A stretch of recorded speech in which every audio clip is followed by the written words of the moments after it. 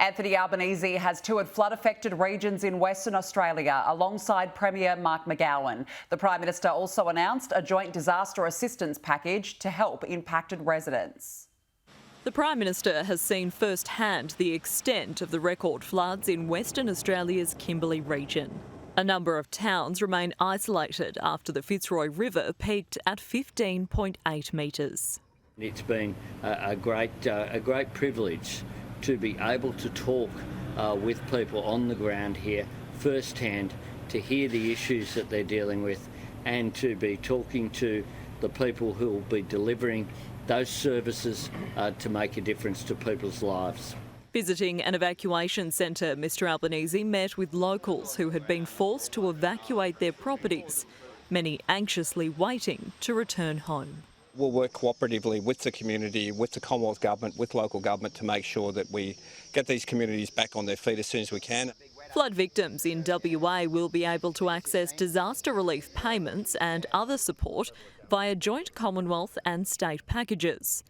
Approximately $200 per person and up to $800 per household will be made available. There's also assistance for things like house repairs, household contents, and in some cases that can be worth up to about $10,000 per household.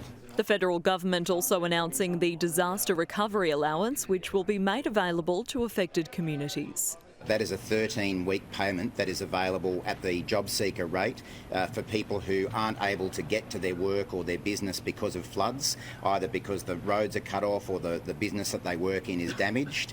That money can be available now to people through the Services Australia website and hotline. Among the emergency services assisting with the recovery on the ground will be 8 Australian Defence Force aircraft, along with 200 ADF personnel. As the long road to recovery begins in Western Australia, the Prime Minister has acknowledged the impact natural disasters are having right across the country.